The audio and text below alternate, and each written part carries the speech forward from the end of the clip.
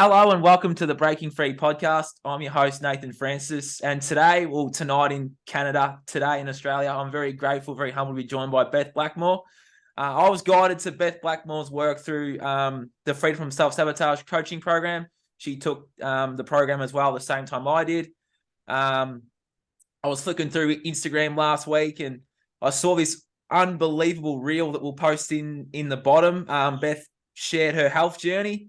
She was 198 pounds 4 years ago, and she shared some of the old photos of herself and her transformation to the beautiful woman that she is today. And I just was instantly drawn to it. I was instantly like, I need to get this woman on. She needs to share her story. It's powerful. It's awesome. It's inspiring. And for any woman out there that is, I encourage you to listen to this one. I've been excited for this one all week. I'm looking forward to it. Beth, welcome to my show. Fellow self-sabotage coach, mother, inspirational Canadian woman. I'm really grateful to have you here, and I'm looking forward to delving into your journey today because what an inspiring journey for anyone out there, men and women. So take the floor, Beth. Tell us who you are. Tell us everything. I'm really looking forward to this today because, yeah, take the floor. Let's Awesome. let's rock and roll. What an introduction. What an introduction. No worries. Thank you so much, Nathan. I am so blessed that you reached out to me, and the fact that I've had this impact on you is just incredible. So thank you so much for reaching out. It's truly an honor to participate on your podcast. But I also want to acknowledge you as a coach, that you are doing such amazing work with our youth and teens in the area of self-sabotage. And it hits close to home for me because I have two boys, 21 and 13. And I just want to say how inspiring you are. So thank you for all the work that you're doing. And I appreciate you reaching out to me today. No worries. So yeah, I'm Beth Blackmore, as Nathan introduced. I'm 46. I'm a 46-year-old wife, mom of two boys. My background is actually in HR as a human resources professional for 20 years, both in the private industry, in public sector, so working for government. And I would say that actually my awakening story is similar to yours, Nathan. So the fact that I have now become a freedom from self-sabotage coach through Jason Christoff, I actually woke up from my propaganda-induced coma in the summer of 2020. And I have to credit my health journey for getting me there. So that reel that you discussed, that my health journey really started in March 2019, so a year before COVID came along.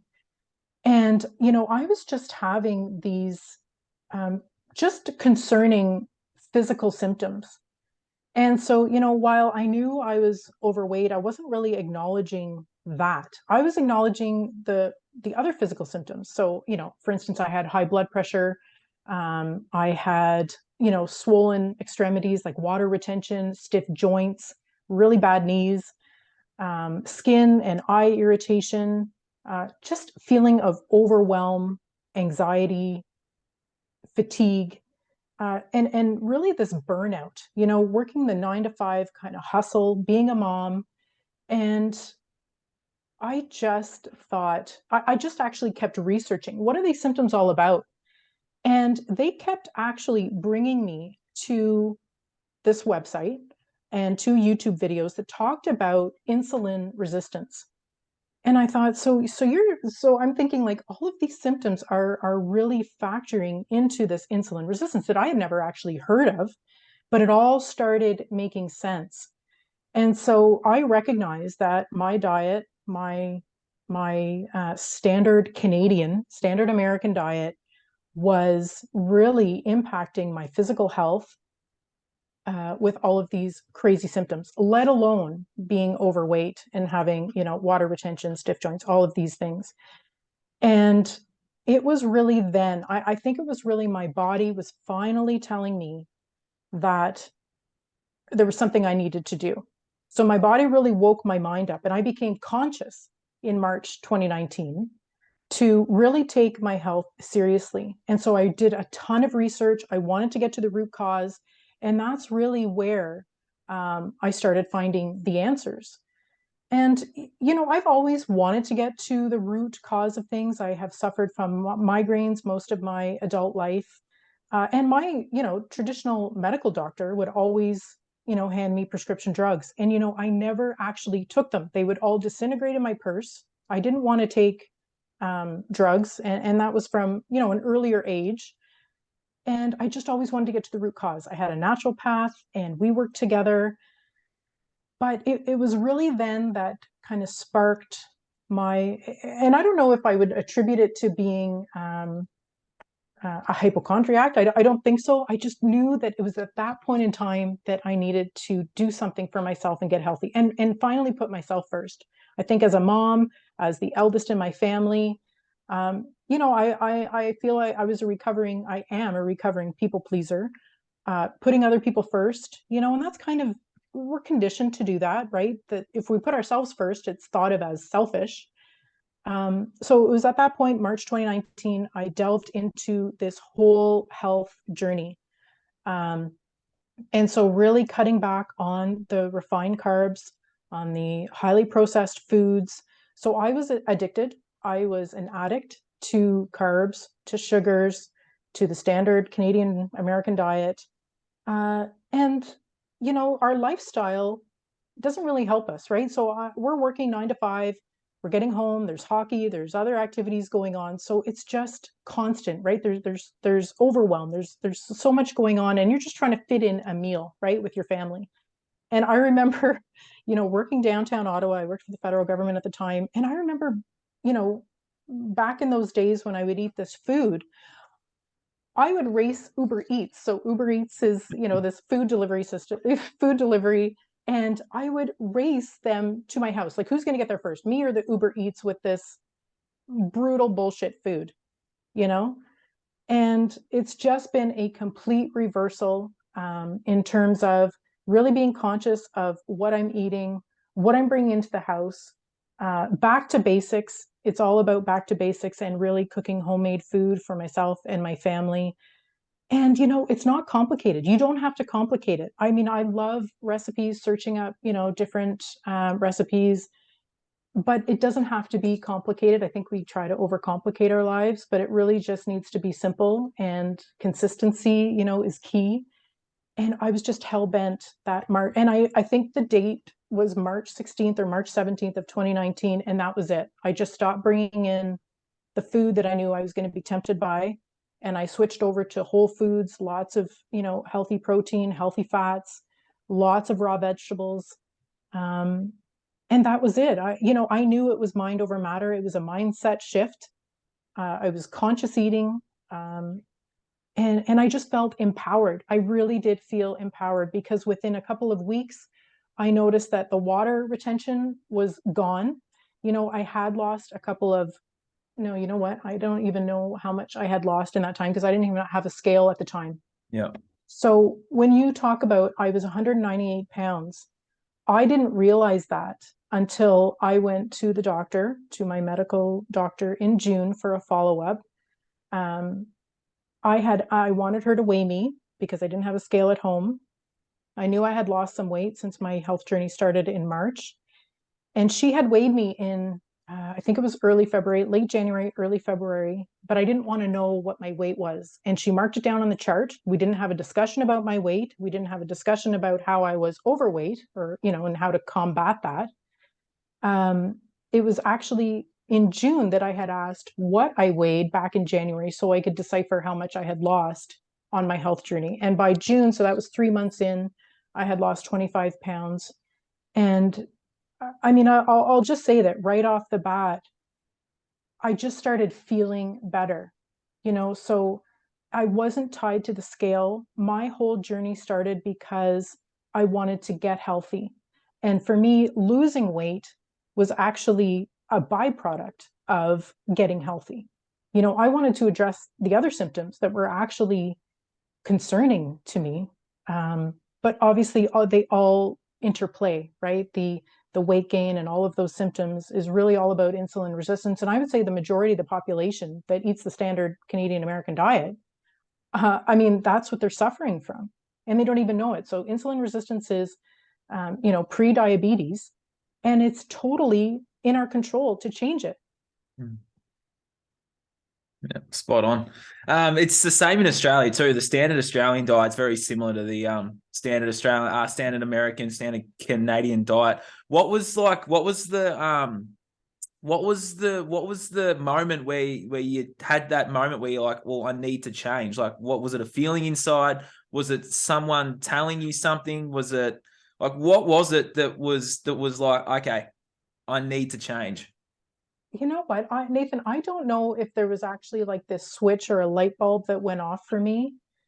Um, Other than I was just concerned about my health. And, it just seemed like this upwards trajectory or downward spiral for years in terms of my diet and not taking care of myself. Mm. That I knew subconsciously and in the back of my head that at some point I was going to have to change, and it was going to have to be a whole lifestyle change. I wasn't really into fad diets or anything like that. I mean, I had tried Atkins, years and years ago. Um, but Mm. somewhere in my subconscious, I knew that I was likely going to have to unlearn everything I thought about nutrition and health and diet and relearn something else. So when I really started digging in because I was ready, is when I started accepting the fact that this makes sense, right? Like, get out the highly processed. I mean, it just seems so common sense when you think Yeah. about it, right? Mm. Um, but it's just so normalized in our society. It's like, well, everybody's eating like this. I mean, this is what's available at the hospitals or at the cafeterias in schools, or it's just it's so innate in us to eat in this particular way. Mm. Um, and that's just what we do. We don't necessarily tend to question it. Mm. You said in the reel that you emotionally ate too. Like, I know Yeah. my brother was the same. He would emotionally eat too. I emotionally drank. So for you, with the emotional eating, what was it that you were drawn to? Was it Yeah. like the junk food and that, or like explain the emotional eating? Because there'll be some Sure. women and some people be watching this that will benefit from this, I reckon. Yeah, I mean, besides the fact that we are conditioned, to eat like this and this is normal, there's the societal and cultural norms to Mm. eat like this. I mean, I think to become an addict like that, yes, the sugars and the carbs are, I think, highly addictive. And Yeah, I've actually heard recently that people are actually, when they eat those bullshit foods, I'll describe it.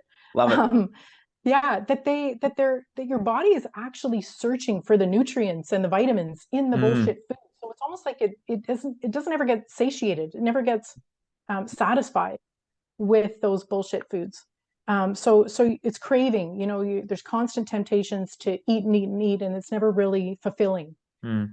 However, I know in my case, I definitely was emotional eating. I was stuffing down feelings of, guilt and shame and regret. And, I know that a lot of people do that as well. I didn't reach for the booze. I didn't reach for um, the drugs, but food was definitely my vice. And there was instances in my past that I was trying to suppress and trying to push down with food. I had a sister, so there's three of us in the family. I had a sister who had gone through a very traumatic event when she was early teens and her adolescence. And unfortunately for her, I mean, that addiction and depression springboarded from that. And and there was ebbs and flows. It was kind of a roller coaster ride, like there is often with addicts. And unfortunately at the age of 29 she committed suicide. So I mean, there has been big traumatic events in my life that I've had to deal with. Yes, I've gone to counseling and support groups and tried to deal with those emotions, deal with that trauma. But food was my vice, and uh, I, I I recognize now. At the time, I didn't think that that's what I was doing. I thought I was, kind of coasting by. I was okay. I was, being a, functioning mom and functioning worker, in my career. So, but I recognize, looking back, I recognize how deliberate it was that I was suppressing those feelings and those emotions. And I have really kind of come to understand that that was my way of dealing with it. Mm. But at some point, along the way, I realized that, well, I'm not doing myself any good by doing this, and that's when it became more conscious. My body was really finally telling me this is not the way to deal with it. You deserve, you're more valuable than this. You can control and you can become empowered. And so I felt like, it was a lifeboat for me that, something, I don't know if there was a particular point in time, but definitely the period in February and March of 2019, something something clicked that said, Mm. okay, Beth, enough is enough. You need to get on the right path here and put yourself first, become healthy and empowered. And, it's been 4 years, and I know that I'll never go back to that lifestyle in terms of, being this carb addict, being a sugar addict. I mean, I just didn't, it just, I didn't feel good. Now I feel just, obviously lighter, Mm. but I also feel truly empowered and in control of my health. And it is such an amazing feeling. Mm. That's so Yeah. powerful. That's awesome. Do you still feel temptations to that food anymore? Are they still there sometimes? Sure. Yeah. Yeah, they are. They are in it, but it's not like it used to be. And you know what? I don't beat myself up. Like, Yeah. my one of my all-time favorite treats, and it's always been, is just like a piece of amazing toast with bread with now it's grass-fed salted butter. Ah, beautiful. Yeah. Yeah. So that, and that's a treat. But every now and then when I have it, I certainly don't beat myself up. And I also feel that my body has reset. Like I feel like I have a better metabolism, that I can metabolize these things if I do have treats every now and then. Or the opposite, if I really kind of delve into a temptation, or if, the boys, my family wants to have, I don't know, burgers and, from a fast food joint or whatever, I just do not feel good after. So it is motivating to stay on track, Mm. which is great because the body's telling you, okay, this is poison, these are toxins that you don't need. Um, it's great. I mean, when you really listen to your body, it's so powerful. It's It telling you, is. yeah. It's very, very powerful. Yeah, I was just listening then. I'm exactly the same too. So have your family, do they eat the food you eat now, or how does that all work in the household now? Oh, that's a good question. So, I mean, they do because I make dinner, and Yep. everybody's eating it. And they love, and I do make, I mean, I will say that I make some, good meals, Yeah, of course you tasty would. meals, flavor-filled meals, and it's Yeah. all from scratch, usually from scratch, especially, if I'm making sauces and whatnot. And anyway, yeah, great garlic sauces. I mean, I love flavor, I love Mm, seasoning, and they appreciate it too. that's So, good. yeah, I mean, the majority of the time they're eating well, but they'll also have their carbs and with their sandwiches and stuff like that, and that's all good. But I have switched to more organic or whole foods in that sense, so I'm not buying the highly processed foods for Yeah. sure. Yeah, awesome. Did you have like a exercise routine? Were you exercising during that time as well? Did that help too? Or how was the exercise You know incorporated into what? that journey? It Was actually it even? wasn't. It Really? actually wasn't. No. And I've always been athletic, like in high school, and I was always in team sports. Um, Always have had a gym membership pretty much, but I haven't always been great about going. And even when I was, consistent, I feel like you can eat yourself out of any workout routine, right? Mm, So yeah, I think what's the ratio? They say, 70% diet, 30% exercise. So even when I was going to the gym, it wasn't that I was, really achieving great results yeah. because I was still eating the shitty food. It's actually only been within the last 9 months that I've been really consistent getting back at the gym and going consistently at least 2 days a week. So for those 60 pounds to be shed, I was not on an exercise routine at all. I wasn't even Wow. walking. I think the only exercise I was doing was running to the bus to get to work. Wow. Before COVID started. Yeah. Um, but I was really focused on my nutrition and the food. And but now I recognize how important and how, all these other benefits that exercise provides, including, mental clarity, getting out in nature. So every day I'm doing my nature walks with the dog, which I Love it. absolutely love. Oh, it's amazing. It's Yeah. amazing. That has transformed my life. So, getting out walking, having the gym membership now and going at least twice a week. We have a home gym. The boys, that's what they use, and they're really great at using the gym here. But I do have a gym membership that I go to, and I'm loving it. That's awesome. Mhm. See, it starts with food. You don't have to exercise to lose weight. It's so Honestly, powerful that you just did that through just by changing your diet to yes, more real whole food, and look at the transformation. So anyone yeah, out there listening, it can be so simple, can't it? definitely, definitely. Hmm. And I will attribute, I mean, my mental clarity that I got from reducing the toxins and the poisons with my food, I feel I now credit that for my awakening that happened in 2020. Let's touch on that. Yeah. Nice little teaser into that one. Yep. That's right. Delve into that one So, too. okay. So, Hmm. yeah, I mean, I like many people you know, I was very nervous and scared of COVID when it first kind of came down the pipe. And, I was watching that John Hopkins map with all the cases lighting up the screen, coming over from China. And I just thought, I don't know. I was super, super overwhelmed. I was scared. And uh, at the time, I was thankful, honestly, for the lockdowns. I was taking public transportation to work. We were working in a federal government building, and I was nervous. I also remember this one time because my kids, my boys make fun of me for it, but I am not a helicopter parent at all, or strict in that way. I've given my boys a lot of, a long leash. But this one time, I didn't want I guess he was 18 at the time. He went to a friend's house with his girlfriend, a family friend. And I said, no, you can't go over there. I mean, we're supposed to be in lockdown. And I went over to pick him and his girlfriend up to bring him home. So the fact that I was super scared at first of this COVID, and then within a couple of months later, when, all these red flags started coming out, it's just been a massive transformation.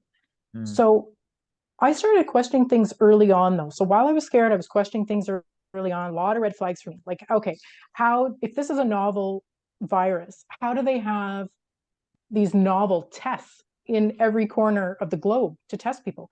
How did they know when to start testing people? You know, there was just bizarre things for me. Hmm. But what woke me up, and so I was questioning things. I was hearing different things, but not really sure, where I was kind of landing. But it was July of 2020. I was at the family cottage, and I remember watching the America's Frontline Doctors. It was a live news conference on the steps of the Capitol in Washington, D.C. They had their white lab coats on, and they were talking about how lockdowns are bad, masks are bad. There's remedies for COVID with hydroxychloroquine, ivermectin, and I thought, oh my God, like they're this is serious. And I just felt, honestly, intuitively, I knew that they were telling the truth. And I was just fascinated by Hmm. it because I hadn't really heard that so clearly. So a couple hours later, I wanted to show my mom who was at the cottage. I pulled up the YouTube because it was live streaming on YouTube, pulled it up on YouTube, and the video was removed. Of course it And the was. black in there said, this video was removed due to violating community guidelines. Hmm. And okay, so this massive light bulb went off for me. Hmm. I had heard of the word censorship. I had never experienced censorship myself until I saw this video disappear really before my eyes within a couple of hours. And I thought, no, the jig is up. I knew right then and there that my intuition and that COVID was, not what I had thought it was. And then on down the rabbit hole, all the rabbit holes I went. So, like you, it has been an intense awakening, right? The last couple of years. But I also credit that I was, you know, my health. I do attribute my mental clarity to my physical health and, you know, the mind gut connection. Yep. See how important it is. You got yourself healthy first, and then you're able to get that information and then deal with it. A lot of people during that COVID time, well, what they all do, they drank, they smoked, Yep. they picked up the addictions. They were sitting in front of a screen 24/7 being told what to do by an authority figure. Whereas there was a lot of people like us that actually turned our back on them and went about a healing journey to delve into our fears and our traumas and our guilts and our shames, to then learn about the world truths, but then learn about the truth that was inside of us as well. And sounds like you did the exact same thing. And how powerful is that though? Like, let's just touch on how powerful that is. Honestly, you know, and at first, I mean, I was just, I mean, like anybody is, you know, in their first awakening experience. I mean, it's like a grieving process, right? You Yeah. go through shock, right? Like you can't even believe that this is the world. And how many times have I woken up in the morning thinking, oh my God, this is reality? Is this for real? Mm. You know, but knowing innately and knowing intuitively that I now know the truth. You know, there's no denying it. There's no going back. No. And it only makes sense. The thing is, you know, there's all these red flags with COVID, but you can't look at it in isolation because it doesn't make sense. You really need to kind of peel back all the layers for it to make sense. You know, but it is truly empowering. You know, I remember trying to talk to my hairstylist at the time who wasn't quite awake. And, you know, I'm trying to kind of feel him out a little bit. And he just kind of retorted back with, well, you know, ignorance is bliss. No. And Just it did a was so podcast about egg. It's that. so egg. Did you? Yeah. Tanner and I's latest podcast, for those that are interested, the episode before this one is called Ignorance is Not Bliss. There you go. Exactly. It's not. It's frustrating. You know, when someone has that, you know, and I get it. I get that they just can't fathom that the world is that evil and that we've all been conned. You know, they think, well, but how is that possible? But I mean, I think you need to have an open mind. You need to have Yeah. an open mind and do your own research. You know, there were many times where I was super down. So you talk about empowering, and yes, I feel that now. But at the time I was the when I same. first started waking up, um, you know, I remember trying to have a discussion with my naturopath at the time. So this was like September 2020, and I had known her for 20 years. And I was trying to feel her out. It's a Zoom call, right? We're not having face-to-face appointments. And I acknowledged that she was not awake. And I thought, I was so dumbfounded because I'm thinking, how am I awake? And my naturopath, who's all about, you know, natural medicine and alternative medicine, how is she not awake? And I was super down about that, you know, because there wasn't a lot of people in my life. I mean, my husband wasn't awake. Um, my mom was, thankfully, and she obviously is now. My dad is not. So that's a you know, funny dynamic for sure. But it felt really, really lonely, you Yeah. know. And until I started to branch out and try to find like-minded people, and I started with my health practitioners. So I recognized my naturopath was asleep. My massage therapist was asleep. I went back to my chiropractor, who I hadn't seen since since I was pregnant with my second son, and I felt her out, and you know, we recognized that we were both awake, and so from then we spawned this amazing freedom fighting ladies group Love that are it. local to Ottawa. Yeah. And so this was our lifeline. It really, truly was our lifeline. While we, you know, tried to get our family members, friends on board, this was really this amazing support group of like-minded individuals that we were able to I mean, I guess experience the awakening together, and we share information. I mean, we're still part of this group and we share information daily, and we get together because they're local. So it's been fantastic to have That's that. awesome. You really do shed the old and bring in the new, don't you? But it's such a Totally. hard process shedding the old. I was resonating with that because I was the same. Like, I walked away from my old life. I just cold turkeyed everything and just walked away from everything and just learned about the world truths. And I did the exact same thing. And it's so awesome meeting a new tribe of like minds. But yeah, you got to go through that hard period first, don't you? Oh, definitely. And because with close family members, that I was questioning the whole COVID narrative with. I mean, it just did not go well, right? There Mm, were yeah. and so I felt like, well, if I can't have a conversation or a healthy debate, you know, with close family members, how is this going to work with friends or colleagues? So I really kept mum. I was not, especially at work, I was working for the federal government at the time, and I just kept things to myself. And I wasn't on social media much at the time at all. Every now and then I'd post a video or a post, but not really have any comment about it. Just kind of sharing, information, but not voicing my opinion because I didn't want to. I didn't want to have the debate online for sure, but I wanted to share information. Um, but yeah, I feel through my own experience with immediate family members that were not awake. I just couldn't go there with people outside of the family. Yeah, it was just too hard. Mm, I was the same. Very much Yeah. the same, yeah. So fast forward to now, like you're about to launch your self-sabotage business, your website Yes. now, and let's talk about that for a bit. Yeah, that's great. Yeah, awesome. Yeah, so I found Jason Christoph. Oh yes. How you found Jason, yeah. Yeah, yeah. So I found him, when I was digging for truth and doing my own research, and I think I discovered him probably late 2020 or early 2021. Um, I had seen him on an interview that he was doing with someone else, and it actually wasn't until December of 2021 that I realized that he had the self-sabotage coaching certification. As soon as I saw that, so I was on Telegram at the time following Jason, and as soon as I saw that he was advertising his self-sabotage coaching certification, I thought, yep, that's exactly what I'm going to do. I'm going to become a self-sabotage coach to Mm. help people overcome.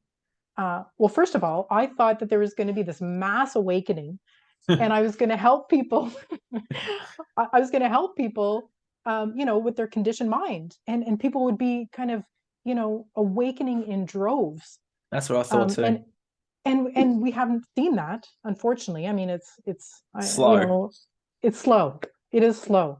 Mm. But I was working for the federal government at the time. I was a team leader. I was an acting team leader of recruitment. And so my team at the time was responsible for putting the new terms and conditions of employment for the mandatory vaccination in the offer letter, in the job posters. And I knew that I was going to be out. So I knew that once the mandates came in, I was not going to disclose my medical status, Mm. and I was going to be out. And so December 15th, I think it was December 15th, 2021, I was placed on leave, but I knew I was going to Jason Christoph's self-sabotage coaching, and I knew I was going to leave government. So I was placed on leave. I formally retired last May, so it'll be a year, May 5th, this coming May. And I honestly feel it's a true blessing. Who leaves the golden handcuffs of government? This really has propelled me to find my passion, find my purpose in life. Right now, it's the self-sabotage coaching, helping women overcome their self-sabotaging, their self-limiting beliefs and behaviors, whether that's their health, whether it's addictions. Um, this course is truly transformative, truly eye-opening. I have a psychology degree. I have 20 years in the human resources profession, and I can't say enough about this course. And I'm super, super excited. So yes, I'm launching my website, working on it now. So hopefully that will be launched end of May, beginning of June, but I'm definitely open for business. I've had a couple of clients and Beautiful. it's amazing. Yeah, it is truly amazing to see transformation. That's awesome. So what we'll do is we'll put all the best social media links in the bottom so that as soon as that website drops, you'll be able to just jump on and connect with Beth.